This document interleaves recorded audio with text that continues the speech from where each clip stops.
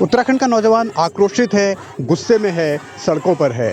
UK SSSC की भर्तियों में हुई गड़बड़ी की जांच की मांग की जा रही है और अलग-अलग तरीके से आंदोलन चलाए जा रहे हैं और इसके ज़रिए सरकार को ये संदेश देने की कोशिश हो रही है कि अगर CBI जांच नहीं हुई तो लड़ाई आगे भी इसी तरीके से जारी रहेगी। इस बीच दिल्ली से लौटे त्रिवेंद्र सिंह रावत ने कुछ अहम बातें कही हैं, वो ज़रा पहले समझ लीजिए। बिल्कुल निश्चित रूप से, और इसके बारे में सरकार ने प्रयास भी किया है। देखिए, जो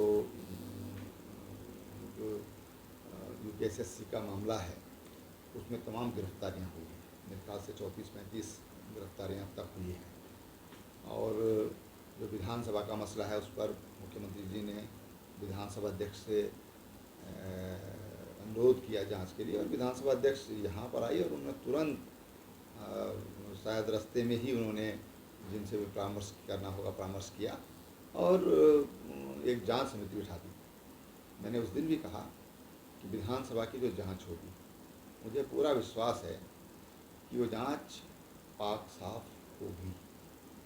जो विधानसभा अध्यक्ष हैं उनकी पृष्ठभूमि को भी मैं जानता हूँ, उनका स्वभाव भी मैं जानता हूँ, उनके काम करने का तरीका, वो किस ढंग से काम करना चाहती हैं वो भी मैं जानता हूँ।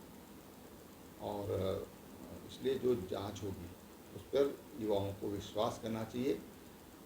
और मैंने आपको ध्यान होगा तो एक बात कही थी कि अधीनस्थ सेवा चयन आयोग को भंग कर देना चाहिए, क्योंकि इसके प्रति लोगों का विश्वास नहीं रहा है। तो मैं कल माननीय मुख्यमंत्री जी का बयान सुन रहा था कि उन्होंने कहा कि हम जो भी अब आगे भर्ती करेंगे वो उत्तराखंड लोक सेवा आयोग के माध्यम से करेंगे, तो वो स्वागत योग्य है। त्रिवेंद्र रावत अब धामी सरकार की तारीफ कर रहे हैं। धामी ने जो भी कदम उठाए हैं भर्तियों में गड़बड़ी की जांच को लेकर, चाहे वो विधानसभा की भर्तियां हों या फिर उसके अलावा यूके SSSC की भर्तियों का मामला हो, तो ये मसला क्योंकि सियासत से भी जुड़ा हुआ है और दिल्ली दरबार जब त्रिवेंद्र रावत गए तो वहाँ किन किन पहलुओं पर चर्चा हुई ये भी बहुत महत्वपूर्ण है।